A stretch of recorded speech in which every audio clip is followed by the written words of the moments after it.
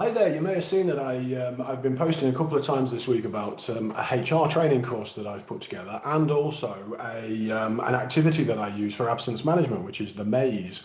And I wanted to share that with you. This is a book that I published a few years ago. And in the back of it is the activity. It's called the maze and it's for absence management. It's absolutely amazing. So you can buy this individually. You don't have to buy the whole book. So the maze is, it starts off with this phrase. It starts off with this scenario. So you've got a member of staff. This can sort of transferable in any industry, in any business. You just change the language. You can even change the name if you want to. So you have a look at the scenario, and it's another member of staff who's not coming again on one Monday. And then your managers have got a choice, and there's A, B, C, D, E choices here that they think, yeah, that's the actions that I will take. And then let's say if they take B, then you go to page 4. So you turn around, you go to page 4, and then all of a sudden on page 4, you've got this further part of the scenario, and then you've got these kind of questions or these kind of statements here that they will choose one of those statements, or roughly, you know, as you all know, HR absence management, every single case is different, but it's the conversations that it generates was amazing. And I did it on Thursday with this group, and we got to one part and they said, oh, I won't do that, but yeah, but this is kind of similar to that. And it's like, yes, okay, so you kind of manipulated a little bit.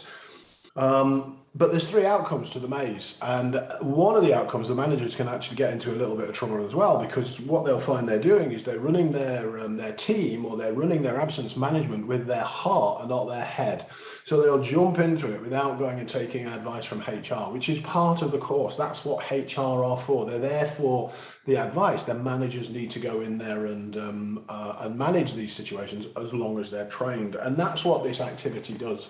So you'll find a link under this video if you're interested in having a look at the maze. It's called the maze because absence management and other parts of HR can become a little bit of a maze, especially absence management when it's short-term sickness, long-term sickness, things like that. What this does, it challenges the way that managers think. It brings out their conscious biases and their unconscious biases, which is amazing to see.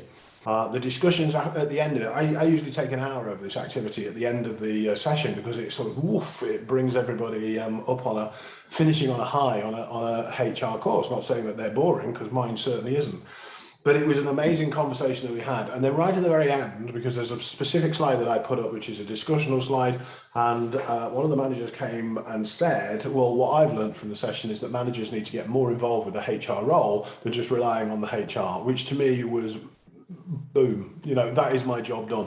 That was amazing. I'm going in 2 weeks' time, and I'm going to go and find out what has happened, or what plan has been put into place to create this change in this culture, in this management culture, so that they can take on the human resource role, if you like, in their team. As I say, it's your team, your responsibility. So I just wanted to share that with you. Have an awesome day, and speak soon. Take care.